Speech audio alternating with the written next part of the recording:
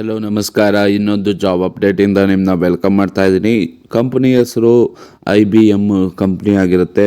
Process ಅಥವಾ ನಿಮಗೆ post ನೋಡೋದಾದರೆ ಪ್ರೋಸೆಸ್ ಅನಾಲಿಟಿಕ್ಸು HR ಅಲ್ಲಿ ಇರುತ್ತೆ. HR ಅಲ್ಲಿ ಯಾರ್ಯಾರು ಹೋಗಬೇಕು ಅಂದ್ಕೊಂಡಿದ್ದೀರಾ ಅವ್ರಿಗೆ ಒಂದು ಒಳ್ಳೆ ಜಾಬ್ ಅಂತಲೇ ಹೇಳ್ಬೋದು. ಈಗ ನಾವು ರಿಸರ್ಚ್ ಮಾಡಿ ತಿಳ್ಕೊಂಡಿದ್ದೇನು ಅಂದರೆ 4.5 LPSಯಿಂದ 7 LPSವರೆಗೂ ನಿಮ್ಮ ಸ್ಯಾಲ್ರಿ ಪ್ಯಾಕೇಜ್ ಇರುತ್ತೆ.